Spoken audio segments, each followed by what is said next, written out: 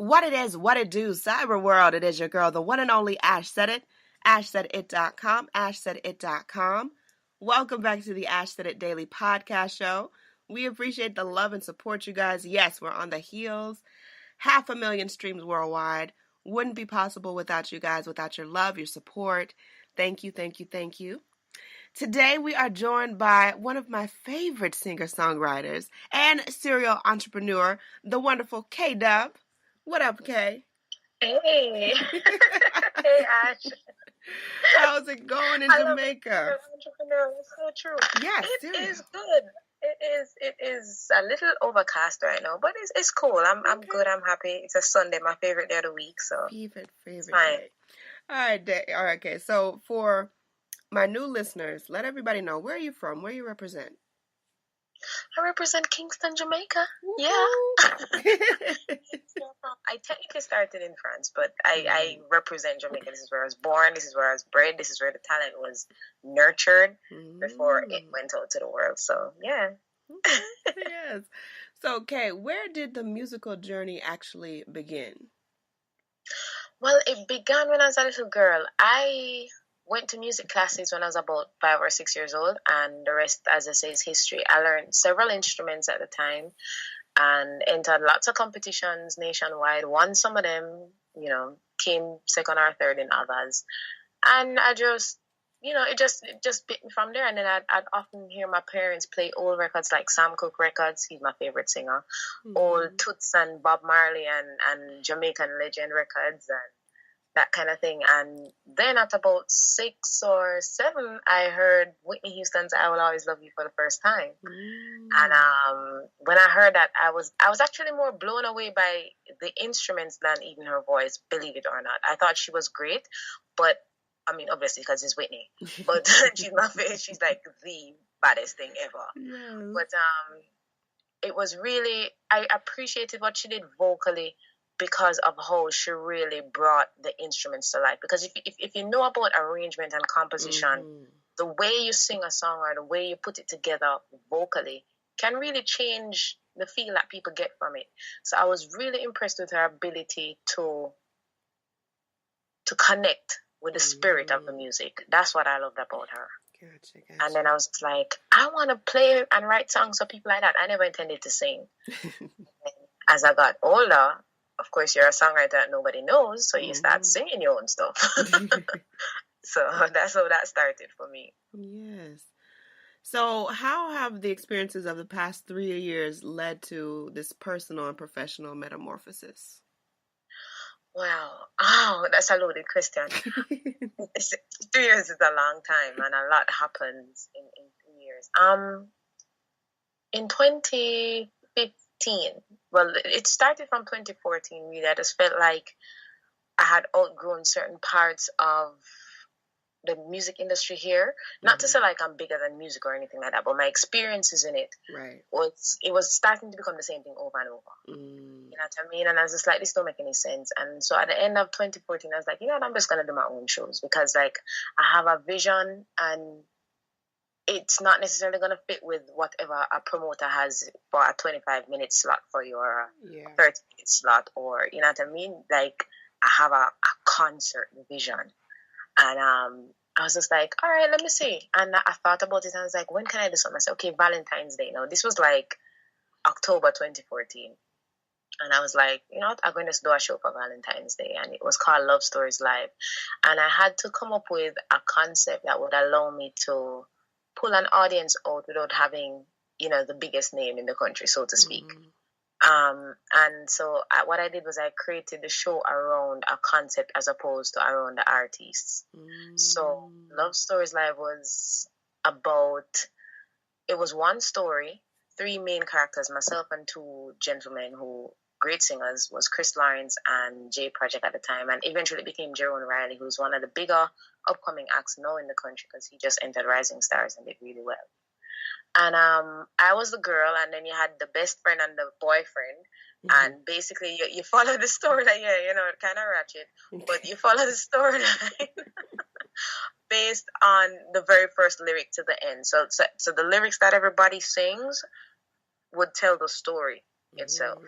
So it wasn't an act or a musical in a sense. It was a genuine concert, but the story was embedded in the song. And so we borrowed from the dinner and a movie concept and created cocktails on the concert. So you come, you have your cocktail, and then we had the concert, and it was successful. Like, we had almost a full house. So we had about capacity 200 people. And we had 150 or thereabouts. It wasn't bad. Yeah, people flew into the country for it. So that was special for me. People came in from New Jersey. Yes. Now, is this an event that you guys have continued throughout the years? Okay, this is where the break came in now, because I also learned a lot from that experience in terms of people who will not do what they're supposed to do when you pay them. You're preaching. You're preaching. Yeah, and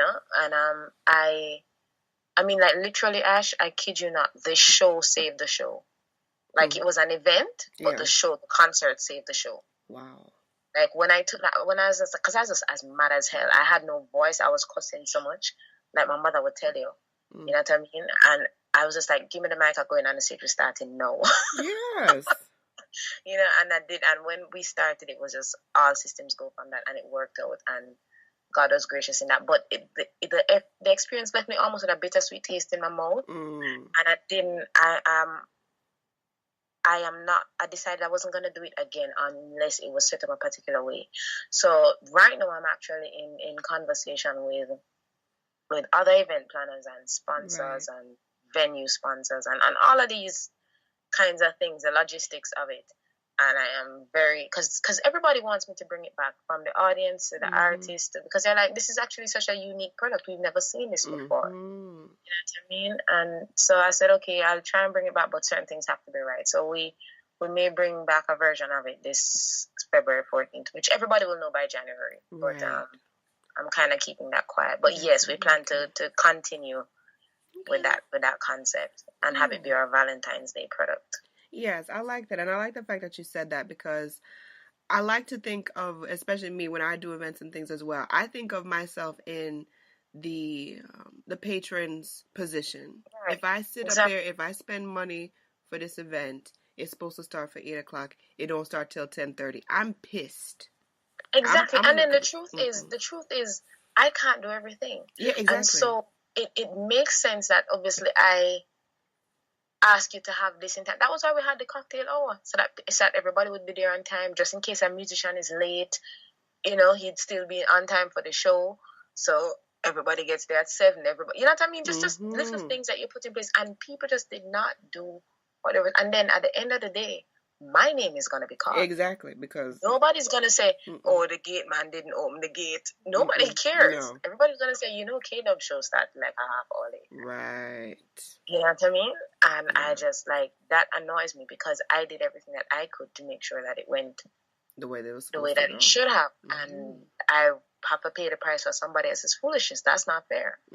So I'm very, so like, that led to me taking a step back and really looking at things, looking at myself, looking at the people I had around me, looking at, just the different players on the game board, basically. Oh, yeah. And just looking at which pieces were unnecessary, which pieces had to go, which pieces were useful, you know what I mean? And which pieces sometimes did the job of 2 or 3 other pieces that you could get rid of. You know what I mean? Kind of thing. And it just, I had to trim the fat in many ways. And the funny thing is, when I started throughout that process giving to myself the things that I was giving to others. Yes. Because I was giving platforms to other people. I was sharing my energy with people. People would say, okay, you're so inspiring and you inspire me so much. And they would always just pull that from me. But whenever I needed something, they were gone. They're never here. Yeah, and I remember telling one person, I was like, listen, if you're just not going to be a friend, you can just go to kdubb.com and get all the information there. Okay. Yeah. And they were mad about it. They was like, why are you so harsh? But I'm like, but look at these things that led to this quote unquote outburst. You know what I mean? Like, you all see me as this superwoman person on a pedestal, and I'm not gonna let y'all drive me crazy, because people oftentimes put others in that kind of role because they see them as ideal in some way, when they're really just human like you. Yeah. And so when that person needs support, no support is ever there because you think that that person is always okay. And that is why you see the suicides. That is why you see the drugs. That is why you see the alcohol. I'm not going to make you do that shit to me. You crazy? No. I'm not going to let you do that to me. So I'm going to always make sure that I'm okay first. And that is what I learned the most over the last 2 years. I'm going to make sure that I am okay. Good. And if you have a problem with me giving to myself first, then you can step to the left. Yeah, Beyonce tell them best step to the left, to the left. Yes. All the baggage and stuff and drop the keys and take the taxi. Yes. The whole shebang. You know? Kei Dubb the comedian. All right, Kei, we're going to take a break, right?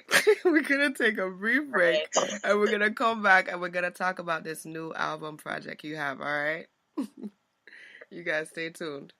Wouldn't it be great if there was a place to discover awesome discounts on gently used clothes? There is. Swap.com, the world's largest online consignment and thrift store. Stop driving store to store and shifting through dozens of racks. Shop millions of clothes in seconds on Swap.com. Save up to 90% off retail price for your favorite brands, such as Lululemon, Carter's, Nike, J.Crew, and so many more. If something doesn't fit, enjoy hassle-free returns, 30 days, no questions asked. So what are you waiting for? Shop Swap.com right now. Use promo code ASHSET40 for your 40% off today.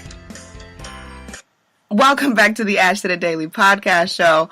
I'm your girl Ash Brown. We're chilling out here with the multi-talented Kei Dubb. Yes, Kingston, Jamaica. And we're talking good positive vibes. We're talking music. We're talking lifestyle changes. Kei, you got this new album coming out. All right. Yes. People have been waiting in anticipation of this project. Yes, for a long time. Yes, a long, long time. We've been looking forward to this. I mean, you know, okay, we go way back to the Ash Beezy Breezy podcast show. You know, we used to do that over there, BTR. And to watch your progression and to watch you grow, not only as an artist, but as a person, has been an incredible experience. You know, just watching your progress, that inspires me. Because I know, you know, I know only a fraction of you, only a fraction of your life, but being able to watch your progression and watch other people progress in their niche is a beautiful thing. It's like watching a butterfly, you know, you turn from a caterpillar to a butterfly and watching you actually spread your wings. So this new album project, where did it come from? It came out of that same experience I was just describing. I mean, obviously after being away for close to 3 years in terms of new music, you can't come back sounding the same. You have to grow. You have to, not just personally, but sonically. But the most important part of it for me was the change on the inside, because I don't know about anybody else, but for me, if I'm not okay, my work is not okay. Yeah. I'm not the kind of artist that can, you know how sometimes, like, if you're depressed, you can create all of that depression? That was never me. I can only create after I have processed whatever I've gone through. So it was fitting that the album was called, or is called, Metamorphosis, because that's literally what it is. It's like, was a caterpillar on the first record and now I'm a butterfly kind of thing. You know, like it's literally a change. It's not, you know. And the first thing is actually called Lessons Learned, and it's supposed to come out before January. It's coming out right before the new year. And we have, what I did was I took the time to set up to get organized about it. Yeah. To not just have a single that you put out there or an album that you put out there. So we have release Wednesdays for the rest of this year, where I have an app coming out. I have books, like lots of different things, and brands and concerts, and there's an entire itinerary for 2018, and all of that will be, you know, coming out slowly. And so I wanted to do it in a way that I didn't necessarily need a whole entourage of people who are going to mess my stuff up anyway. Yeah. So, you know, they make me look bad, kind of thing. So I did it that way. But in terms of the record itself, it has this, I don't know how to describe it. It's a feel-good vibe. It has hip-hop in it. There's a more hip-hop R&B flavor to my sound now. of course, the vocals are still very jazzy, and there is my reggae and dancehall in it as well. I mean, that's a Fusion given. that's a given, yeah, But the fusion is a little bit more eclectic this time around, and like I'm even surprised by the sound myself. You know what I mean? Because it's like, oh, is that me? Hey,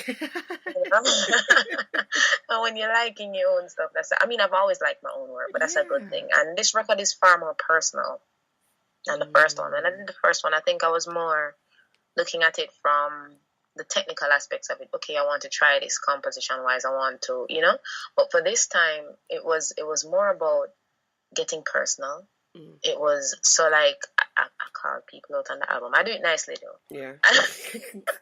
I went Taylor Swift on some people. Yeah. But yeah, like, look, you made me do. Yeah. So what you're saying is you're talking you're Katy Perry on the album. I look at it. Yes. Throw some shit. No names, just just throwing a little Taylor Swift. You're switching it up like Taylor a little bit. All right, we can take that. But I like it. It's more me, and I've grown a lot, and yeah. And it reflects that. So and it brings a lot of positive vibes. It's not just good singing and good love songs or whatever like on the first record. It was really something that even if you're having a bad day, especially that first single, Lessons Learned, the chorus talks about, it's okay, you're gonna be fine. You made it through the night. It's time to shine. It's not like before, So like the last line of that record says, for every time in life I felt like I got burned, it became a beautiful lesson learned. So it's not like every time in life I felt like I got burned, there was a beautiful lesson learned. So it's like that kind of Gypsy soul kind of vibe on that record, but it's really different, Definitely. Yeah, so I'm excited about it. Yes, and we are excited to hear about more and more about this project. And you said something that was pretty interesting, and you were talking about protecting your energy and protecting your vibe. How important has that become in your everyday life? Oh gosh, I wouldn't be able to survive without it. Like it's like my body is so psychosomatic now. Like if my energy not right, if something's off, my skin will break out, my hair will fall out, I'll gain weight. Like it's just like, and it's almost immediate. You know what I mean? So like I have to make sure I'm okay. Meditation saved my life. I tell people that all the time. Meditation and prayers saved my life. Because you have to stay connected to, like God means different things to different people, and to some people it don't mean anything at all because some people are atheist. But like for me and my house, like it's an important part of my life, and it's just important for me to trust my intuition, to not try to excuse away certain things that maybe she did this because no. If your intuition is telling you something, trust it. And on top of that, boundaries. My goodness, boundaries are so important.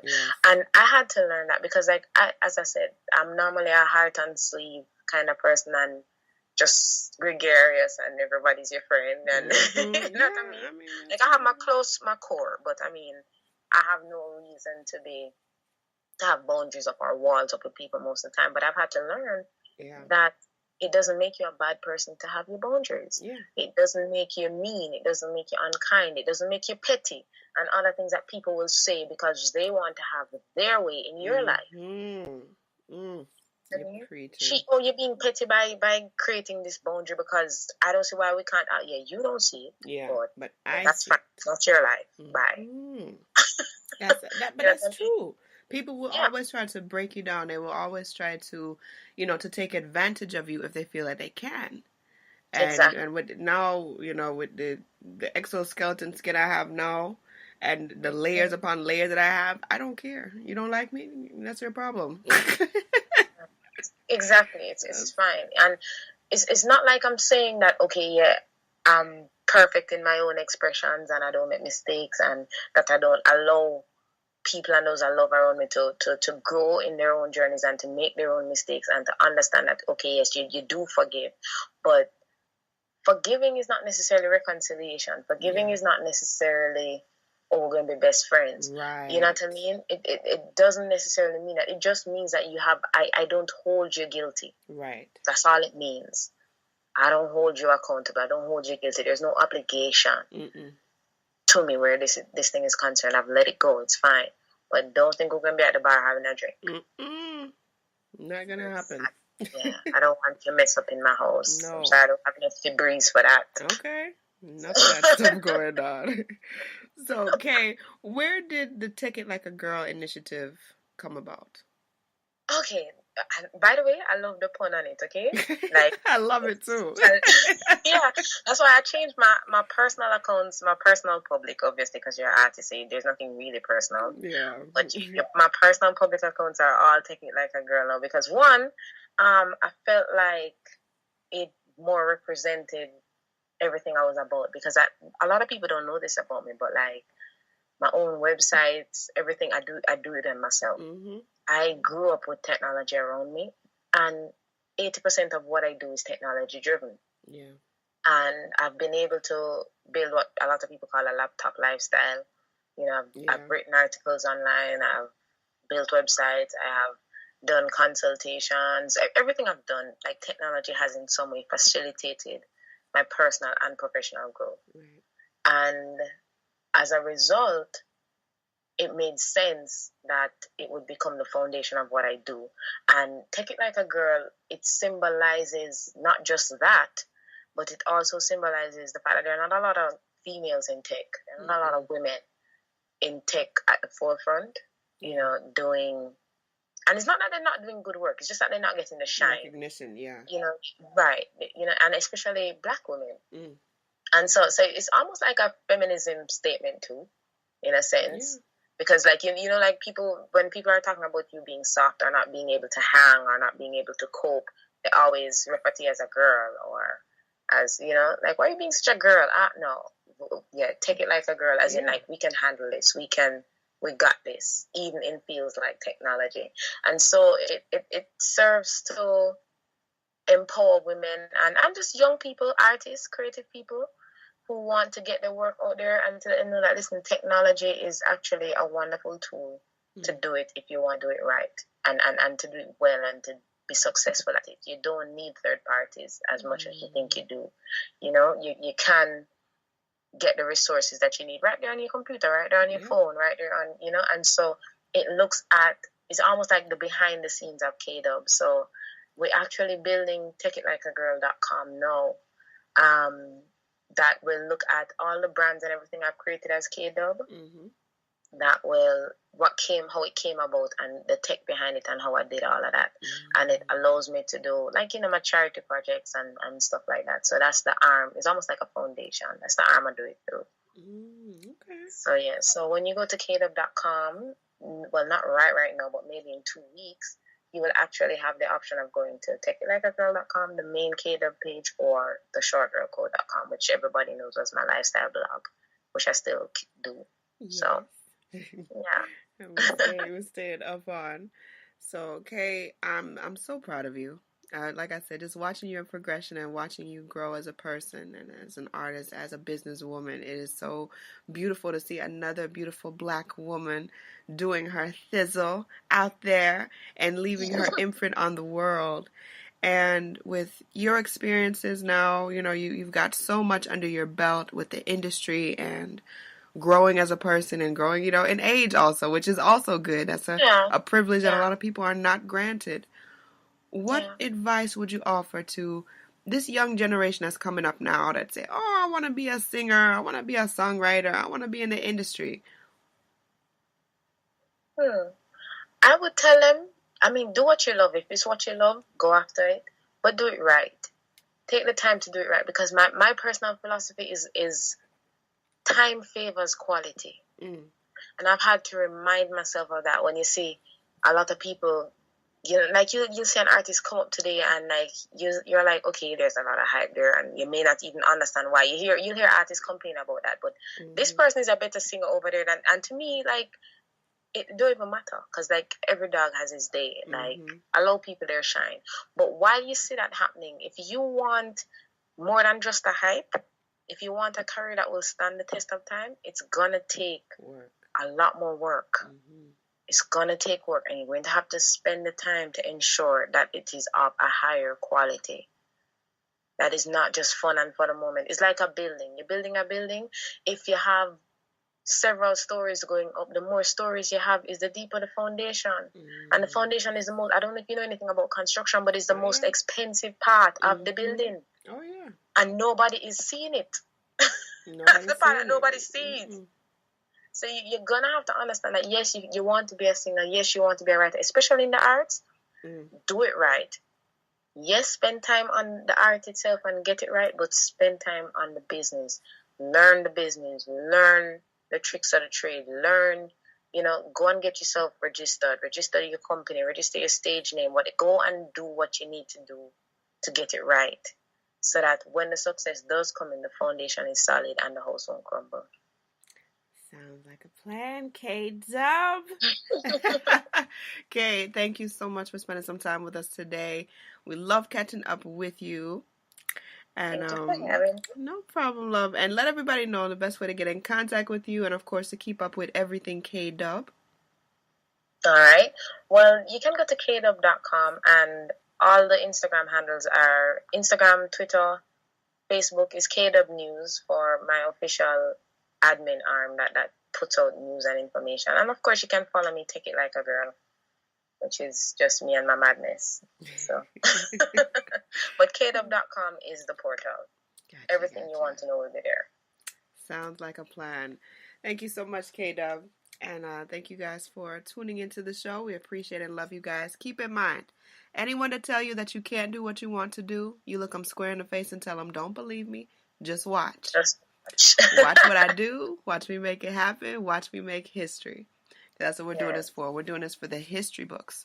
Social media is nice. It's cool. It's fun. But real life is so much better. All right? So we will holler at you guys later.